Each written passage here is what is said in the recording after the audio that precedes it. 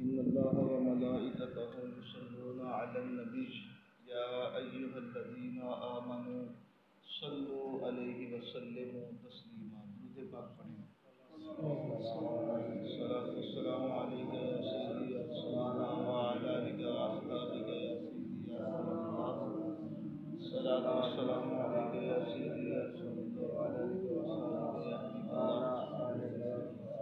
سورۃ البقرہ میں اللہ رب العزت نے اعتکاف کے حوالے سے فرمایا والعاکفین، اور اعتکاف کرنے والوں کے لیے اور مسجد کی تزئین و آرائش کے لیے حکم آیا وارکعوا مع الراکعین، رکوع کرو رکوع کرنے والوں کے ساتھ. جس طرح نماز تسبیح کے بارے میں ہے تو زندگی میں بندے کو ایک دفعہ پڑھنی چاہیے. علماء نے لکھا ہے کہ اعتکاف کم از کم زندگی میں ایک مرتبہ ضرور انسان کو بیٹھنا چاہیے. جو بندہ خلوص نیت سے یہ رمضان کے آخری عشرے میں 10 دنوں کا اعتکاف کرتا ہے، اللہ رب العزت اس کو 2 حج اور 2 عمروں کا ثواب عطا فرماتا ہے. تو یہ بہت بڑا اجر ہے. اعتکاف کو رکھا ہی آخری عشرے میں اس لیے ہے کہ لیلۃ القدر کی تلاش کو، کیونکہ اللہ کے نبی نے فرمایا لیلۃ القدر 1000 مہینوں کی راتوں سے بہتر ہے. اور یہ آخری 5 راتیں، 10 میں 5 ہے نا، کیونکہ طاق راتوں میں اللہ کے نبی نے فرمایا کہ طاق راتوں میں تم نے لیلۃ القدر کی تلاش کرنی ہے. تو یہ اس لیے رکھا گیا. پہلی امتوں میں اللہ کا قرب حاصل کرنے کے لیے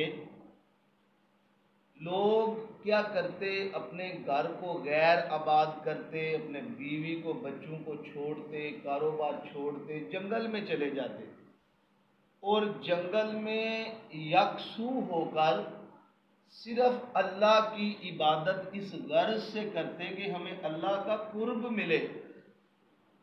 تو میرے اور آپ کے کریم آقا نے اتنا خوبصورت دین پیش کیا. میرے نبی نے فرمایا کہ تمہیں دین یہ نہیں سکھاتا کہ اپنی بیوی کو چھوڑ دو، اپنے بچوں کو چھوڑ دو، اور نہ ہی اپنے گھروں کو غیر آباد کر کے جنگل کو آباد کرو. فرمایا اگر اللہ کا قرب حاصل کرنا چاہتے ہو تو تم رمضان کے آخری عشرے کے 10 دن اور راتیں اللہ کے گھر میں اعتکاف کر لو. اللہ کی تمہیں قربت حاصل ہو جائے گی، قرب ملے گا، اللہ کی معیت اور محبت تمہیں حاصل ہو جائے گی. تو یہ اسی طرح ہی ہے جس طرح ایک بادشاہ کے دروازے پہ ایک فقیر بیٹھ کر صدائیں لگاتا ہے کہ میری جھولی بھر دے، اور اگر تم نہ بھری تو میں نہیں یہاں تیرے دروازے سے جاؤں گا. تو بادشاہ ہوتا ہے، وہ کہتا ہے ایک ہی تو ہے مانگنے والا، تو اس کو کیوں نہ میں دوں، یہ میری شان کے خلاف ہے. یہ اسی طرح ہے کہ 10 دن بندہ اللہ کی رحمت کو پکارتا رہتا ہے کہ یا اللہ مجھے معاف کر دے، اے اللہ مجھے معاف کر دے، اللہ میری جھولی کو رحمتوں سے بھر دے. تو وہ بادشاہوں کا بادشاہ ہے، وہ شہنشاہوں کا شہنشاہ ہے. وہ کہتا ہے ٹھیک ہے میرا بندہ ہے، مجھے سے تو مانگ رہا ہے. تو اللہ بادشاہ جو ہے اس بندے کی جھولی کو بھر دیتا ہے، مہربانی کر دیتا ہے اس پر.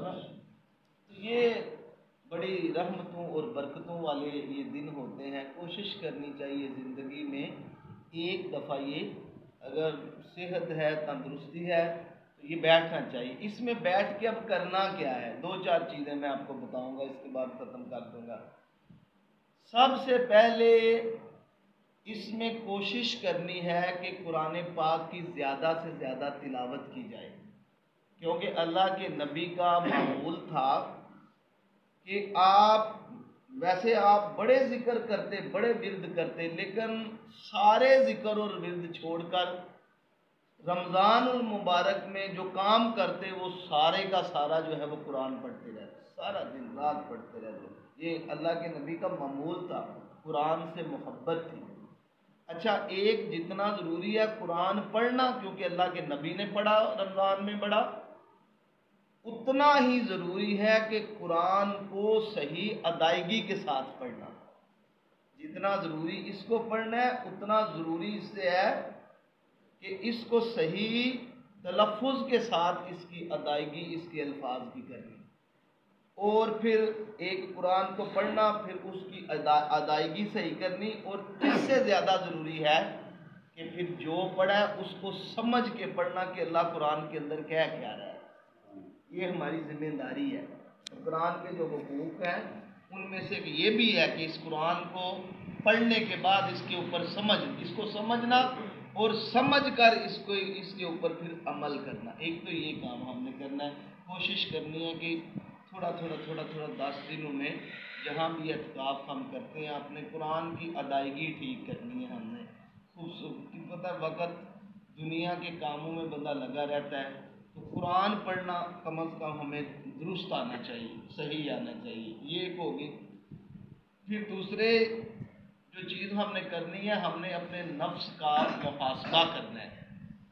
ہم نے اپنے نفس کا محاسبہ یہ کرنا ہے کہ ہم کہاں پہ غلطی پہ ہیں۔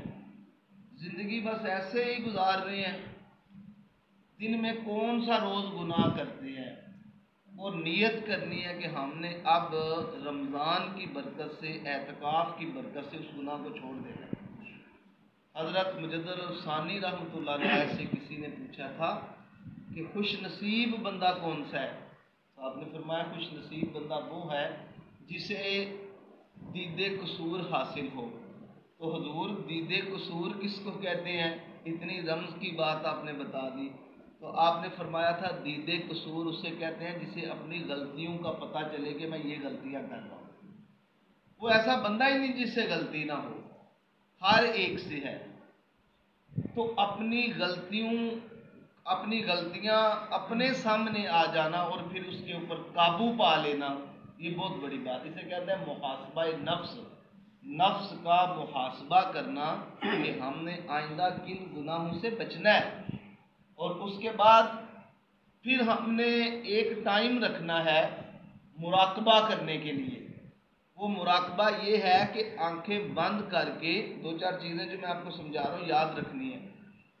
محاسبہ نفس، آگے مراقبہ یہ ہے آنکھیں بند کر کے یہ ذرا دیکھنا کہ اللہ رب العزت نے ہمیں کتنی نعمتیں عطا فرمائی، کتنی نعمتیں محنت کی وجہ سے ملی ہیں اور کتنی نعمتیں محنت کے بغیر ملی ہیں، کتنی نعمتیں جو ہمیں پتہ ہی نہیں اللہ رب العزت نے مہربانیاں کی ہوئی ہیں۔ اسے کہتے ہیں مراقبہ، آنکھیں بند کر کے اور اپنے دیکھنا کہ ہم اس قابل نہیں ہیں، لیکن ہمارے اللہ نے ہمارے اوپر کتنی کرم نوازیاں کی ہیں۔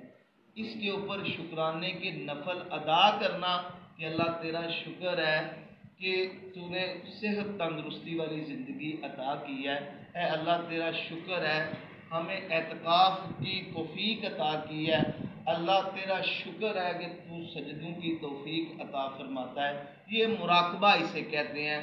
اللہ کی نعمتوں کو یاد کرنا، گن تو سکتے نہیں ہیں لیکن یاد کر کے اس پہ شکر ادا کرنا، نفل پڑھنا، ایک یہ عمل۔ اور آخری بات، کم از کم ان 10 دنوں میں ہمیں اللہ کے نبی پہ کی جو سنت ہے اس پہ عمل جو ہے وہ ضروری ہے۔ یعنی ہمیں اتنا پتہ ہونا چاہیے کہ اللہ کے نبی کھانا کس طرح کھاتے تھے، اللہ کے نبی سوتے کس طرح تھے، پانی کس طرح پیتے تھے، آپ کی زندگی کس طرح تھی، آپ چلتے کس طرح تھے، آپ بیٹھتے کس طرح تھے۔ کم از کم اور کوئی نہیں تو میں کہتا ہوں ایک ہی سنت میرے نبی کی کوشش کرنی ہے۔ ہم نے سنت پہ عمل کرنے کا ارادہ کرنا ہے۔ 10 دنوں میں تو پکا مسجد کے اندر بیٹھ کے ہم نے ارادہ کرنا ہے ہم یہ 10 دنوں میں حضور کی سنتوں پہ عمل کریں گے۔ بعد میں میرے نبی نے پتہ کیا فرمایا، اس گئے گزرے دور میں، اس دور میں، اور آپ یقین کریں خوبصورت دیکھیں میرے نبی کا فرمان، فرمایا کہ جس نے میری ایک سنت کو زندہ کیا، آپ یہ اس کو زندہ ہی کہہ سکتے ہیں۔ آپ اگر ہمیں پتہ چل جاتا ہے نا کھانا کھانے کا طریقہ کیا ہے، تو اس کا مطلب ہے کہ حضور فرماتے ہیں جس نے میری ایک سنت کو زندہ کیا، اللہ اس بندے کو 100 شہیدوں کا ثواب عطا فرمائے گا۔ یہ ایک سنت کو زندہ کرنے، تو کوشش کرنی ہے۔